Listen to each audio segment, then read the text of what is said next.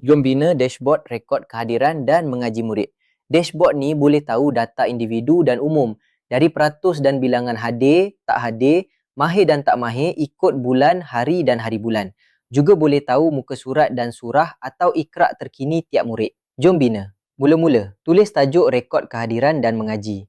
Dan bina 4 kad untuk peratusan hadir, tak hadir, mahir dan tak mahir. Dan bina 3 slicer untuk bulan, hari dan hari bulan.